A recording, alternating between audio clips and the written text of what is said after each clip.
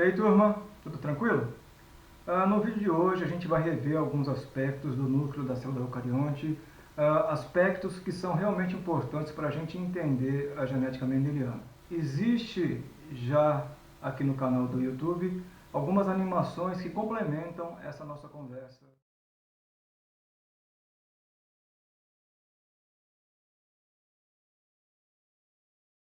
Então, a genética mendeliana sempre trabalha com organismos diploides de reprodução sexuada, genes autossômicos que estão no núcleo da célula e os alelos têm dominância completa. Entender isso é importante porque você consegue compreender melhor todas as outras ramificações da genética.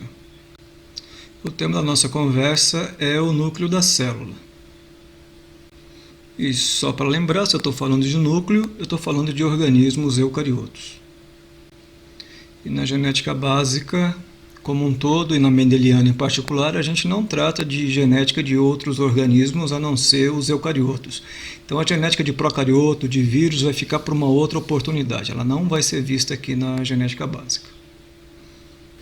Então a célula eucarionte pode ter diferentes formas, mas a gente vai esquecer a maior parte da célula e vai se concentrar somente no núcleo.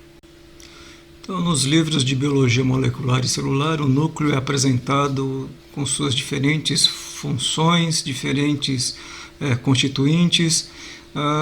Novamente, para tornar a nossa conversa mais objetiva, a gente vai deixar de lado esses detalhes sobre a constituição do núcleo e vai se concentrar somente no que é importante para o entendimento da genética básica ou da genética mendeliana. Então, dos constituintes do núcleo, para a genética mendeliana só vai interessar cromatina e nucléolos. Mas para a coisa ainda ficar mais simplificada, a gente vai enxergar essas duas estruturas como uma só, e a gente vai chamar tudo de cromatina. Vamos usar esse esquema simplificado do núcleo para tentar visualizar o que seria essa cromatina. Então, a cromatina é DNA mais histona. Essas histonas são proteínas especiais responsáveis por organizar a cromatina no interior do núcleo, mas para facilitar novamente nosso entendimento, vamos enxergar a cromatina como sendo simplesmente DNA.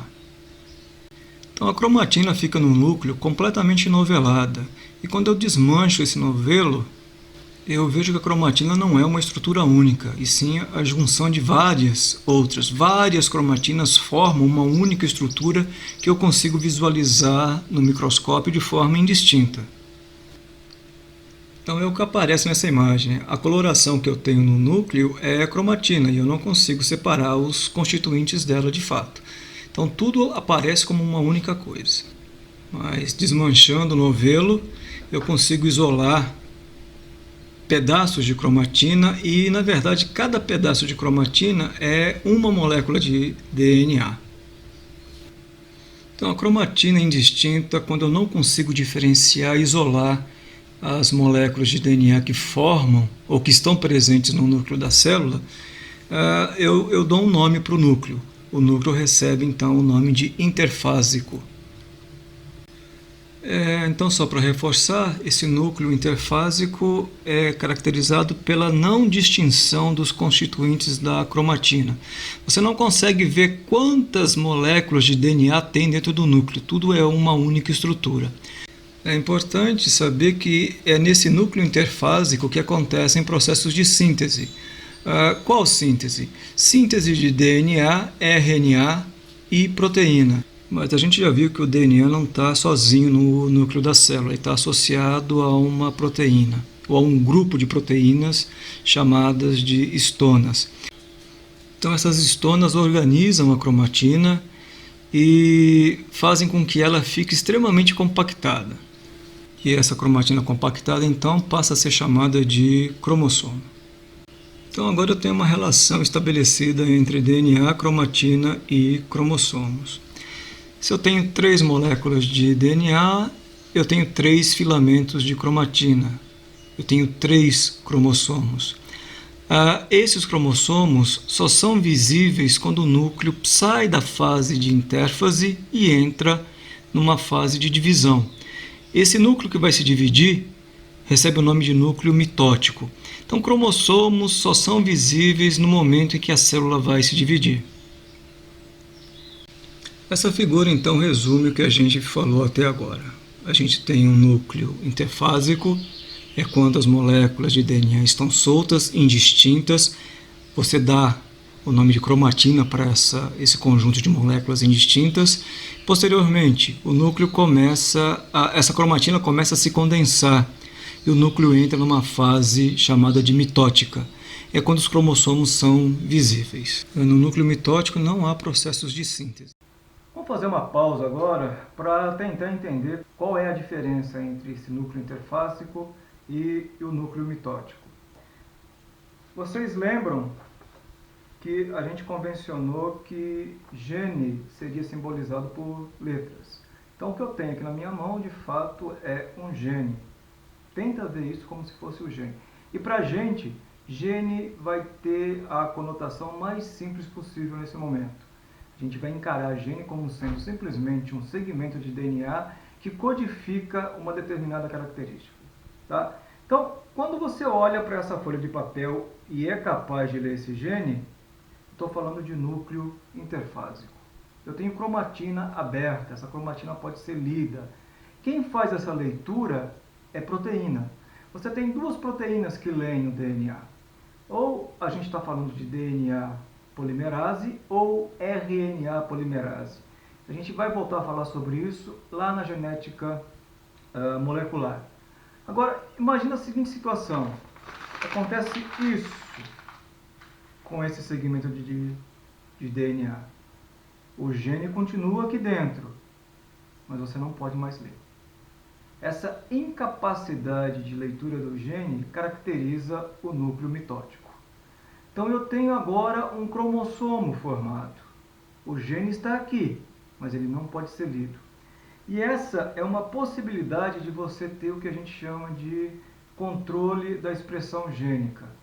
Então genes podem ser ativados ou desativados de acordo com o grau de compactação da cromatina. A gente também vai discutir isso com mais detalhes lá na genética molecular. Mas se o gene está compactado, não pode ser lido, núcleo mitótico. Se o gene está descompactado,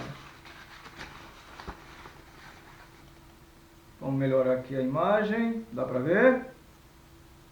Agora ele pode ser lido, núcleo interfásico.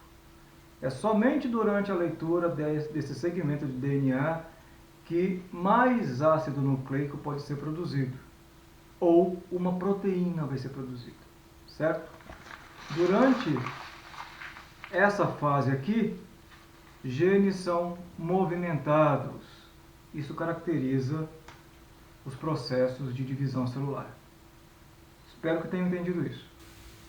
Voltando a falar dos cromossomos, eles podem ser classificados de diferentes maneiras, pelo tamanho do braço, bandeamento e posição do centrômero. Mas vamos deixar essa classificação para um outro momento e vamos ver a constituição básica de um cromossomo. Ele tem um centrômero que divide ele em dois braços. Essa divisão simples pode ajudar a gente a formar um cariótipo. Então esse cariótipo é o conjunto cromossômico que é constante para cada espécie, organizado de acordo com um critério particular. O tamanho dos braços pode ser um dos critérios.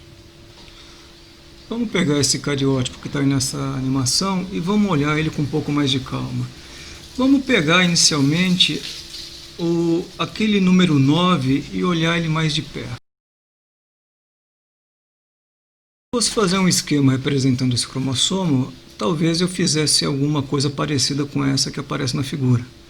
Mas anteriormente eu havia mostrado um cromossomo representado de uma outra forma, não é? Então o cromossomo foi representado como sendo um tipo de bastão linear. Todo cromossomo presente no núcleo da célula eucarionte é linear, isso é uma coisa importante. Lembra que a molécula de cromatina ela é solta e quando ela é compactada ela forma uma única estrutura linear. Mas ele não foi representado como um X, que aparece nessa outra representação. Minha pergunta é por que eu posso representar cromossomo dessas duas maneiras? E por que quando eu olho para esse cariótipo eu vejo todos os cromossomos representados da mesma maneira, como se fossem um X?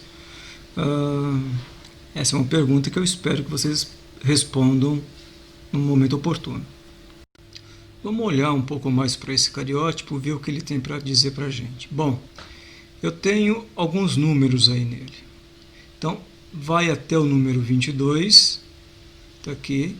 Então, de 1 a 22. Eu tenho aqui um X e um Y. Bom, com isso eu tenho dois conjuntos de cromossomo. Um representado por esses daqui, então de 1 a 22, e um outro representado por X e Y. Esse conjunto de 1 a 22 é o que a gente chama de autossomos. São esses cromossomos que vão interessar então para a genética mendeliana. Genes presentes neles é que interessam para a genética mendeliana. Os genes presentes nesse XY, esses são os cromossomos sexuais, eles não interessam para a genética mendeliana. Não que os genes presentes nos cromossomos sexuais não obedeçam às leis mendelianas de herança, obedecem. Mas a forma como os padrões de herança acontecem é completamente distinta daquela que a gente vê quando analisa os genes presentes em cromossomos autossômicos. O que mais tem para falar? Vê que os cromossomos aparecem em pares. Então aqui eu tenho par 1, par 2, par 8. Os genes que estão nesses pares são idênticos. Isso vai ser assunto para um próximo vídeo, mas guardem essa informação. Como é que eu conto o número de cromossomos aqui? Então eu tenho 22 pares, mas quantos cromossomos? Para a contagem de cromossomo, a melhor forma, lembra que esses cromossomos aparecem como duas perninhas. Eu conto as pernas ou eu não conto as pernas? Não, eu não conto as pernas. Para saber o número de cromossomos nesse cariótipo, eu conto o número de centrômeros. Então eu tenho aqui 1, 2, 3, 4, 5, 6, 7, 8, 9, 10, 11, 12, 13, 14, 15, 16, 17, 18, 19, 20, 21, 22, 23, 24, 45, 46. Então, nesse cariótipo, eu tenho 46 cromossomos. Esse é o número de cromossomos da espécie humana. Então, eu tenho aí uma célula diploide, isso também vai ser assunto para um outro vídeo, que tem 46 cromossomos. Eu contei 46 centrômeros. Eu posso olhar para esse cariótipo e falar de uma outra forma. Eu tenho aqui 22 pares mais XY. A gente vai ver em uma aula futura que eu estou representando aí então o cariótipo de um mamífero macho. Por hoje é só. Espero que vocês tenham entendido. Até o próximo vídeo.